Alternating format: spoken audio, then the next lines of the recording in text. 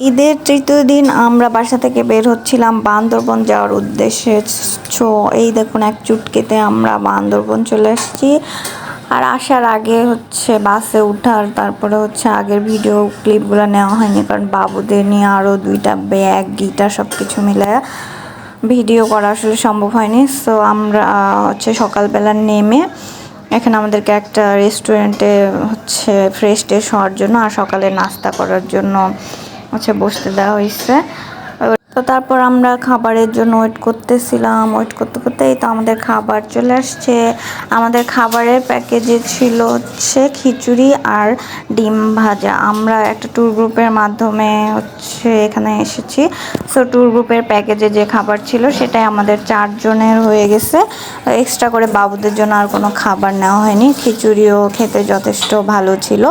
তো এখানে খাওয়া দাওয়া শেষ করে আমরা 1 কাপ চা খেয়ে নিলাম।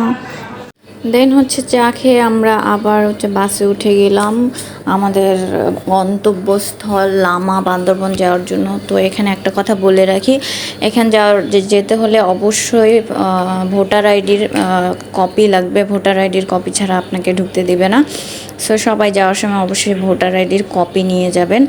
আমাদের এখানে আর্মি চেক আপ হয়েছিল। তারপর এই তো আমরা চলে আসলাম মিরিঞ্জা ভ্যালি। এই জায়গাটার নাম ছিল মিরিঞ্জা লাতম ভ্যালি। মাত্র 10 মিনিট হাঁটার পরে আমরা এই তো চলে আসছি। এটা খুব একটা হাঁটার রাস্তা না, বাট অনেকটা উঁচু ছিল। আমি প্রথমে ভাবছিলাম বাবুরা উঠতে পারবে কি পারবে না, তো ওরা খুব সুন্দরভাবেই উঠে গেছে এবং বাচ্চাদের নিয়ে সবাই যেতে পারবেন। আমার বাচ্চার বয়স 5 বছর। দেন লাতং ভ্যালিতে উঠে এই ভিউ পয়েন্ট, তারপর এই জায়গায় একটু ছবি ভিডিও করে নিলাম। গ্রুপের মাধ্যমে যাওয়াটা এখানে ভালো। গ্রুপ ছাড়া আসলে একা একা যাওয়াটা আমার কাছে অতটা সেফ মনে হয়নি। সো এই কারণে আমরা গ্রুপের সাথে এই জায়গাটাতে এসেছি। আর এটা ছিল আমাদের পুরো পরিবারের একসাথে প্রথম পাহাড় দেখা। সো সবাই আমরা খুব এক্সাইটেড ছিলাম। আর যাওয়ার পর অনেকটা ভালো লেগেছে, যদিও পাহাড় বর্ষাকালে অনেক বেশি সুন্দর। এই টাইমে একটু গরম থাকে। আর এখানে অনেকগুলো রুম ছিল, এই জুম ঘর ছিল, তারপর পড হাউস, দেন তাঁবু। তো আমার বাচ্চারা টেন্টে থাকার জন্য খুব এক্সাইটেড ছিল। সো আমরা এবার ট্যুরে তাঁবুতে থেকেছিলাম, আর এটার জন্য যে বাচ্চারা তাঁবুতে থাকতে পারে কিনা এটা দেখার জন্য। তো এই তো তারপর আমাদের দুপুরের খাবার দিয়েছে। দুপুরের খাবার ছিল মুরগি দিয়েছিল এখানে, তারপর শসা, তারপর মুগ ডাল ছিল, আলু ভর্তা ছিল, আর ছিল ভাত। খাবারগুলো অনেক বেশি ঝাল ছিল। তো দুপুরের খাবার শেষ করে আমরা চলে এসেছিলাম মাতামুহুরী নদী দেখার জন্য। তো এখানে আমরা একটা চাঁদের গাড়ি নিয়েছিলাম সবাই মিলে। আরও যারা গ্রুপে গিয়েছিল তাদের সাথে একসাথে গিয়েছিলাম, কারণ একা আসলে এত দূর যাওয়া যায় না। সবাই মিলে গেলে ভাড়াটাও একটু কম পড়ে। তো এই তো আমরা চলে আসছি মাতামুহুরী নদীতে। এখানে আমরা একটা ট্রলার ভাড়া করেছিলাম সব। তো এখানে ট্রলারের ভাড়া ছিল 1500 টাকার মতো। তো জনপ্রতি খুব একটা বেশি কস্টিং পড়েনি। এই তো ট্রলারে করে আমরা যাচ্ছিলাম। বাবুরা খুবই মজা পাচ্ছিল এই ট্রলারে করে যাওয়ার সময়। আর পাহাড়ের যে নদীর 2 পাশে যে পাহাড়গুলো ছিল দেখতে অসম্ভব ভালো লাগতেছিল। এই তো আমার 2 বাচ্চা আমার সাথে আছে। তো এই দেখুন পাহাড়ের ভিউটা কি পরিমাণ সুন্দর। মাঝখানে নদী আর 2 পাশে পাহাড়। আমরা যাচ্ছিলাম দেখতে দেখতে। খুবই একদম এই দৃশ্য দেখার পর সবার মনটাই ভালো হয়ে যাবে। এত সুন্দর একটা জায়গা না গেলে মিস করতাম। তো ট্রলারে করে আমরা সাদা পাহাড় নামে একটা জায়গায় যাব। সেখানে গিয়ে সবাই গোসল করবে, কারণ ওই লাতং ভ্যালিতে আসলে গোসল করার মতো খুব ব্যবস্থা আছে, বাট পানিগুলো অতটা ভালো না। এই তো আমরা চলে আসছি সাদা পাহাড়। এই পুরো পাহাড়টা একদম সাদা, এই জন্য এই জায়গার নাম সাদা পাহাড়। তারপর ওখানে ঘুরে আমরা চলে আসছি আবার আমাদের জায়গায়।